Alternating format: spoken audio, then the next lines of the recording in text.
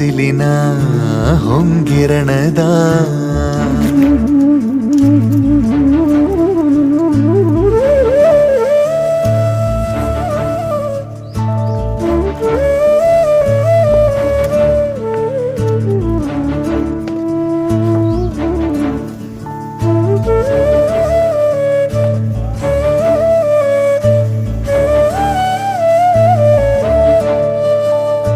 ಬೀಸುವ ಗಾಳಿಗೆ ಮನೆಯಾವುದು, ಆಕಾಶಕ್ಕೆ ಮೊದಲು ಕೊನೆಯಾವುದು, ತಿರುಗಾಡು ಕಾಲಕ್ಕೆ ಊರ್ಯಾವುದು, ಆ ಸೂರ್ಯ ಚಂದ್ರಂಗೆ ಸೂರ್ಯಾವುದು.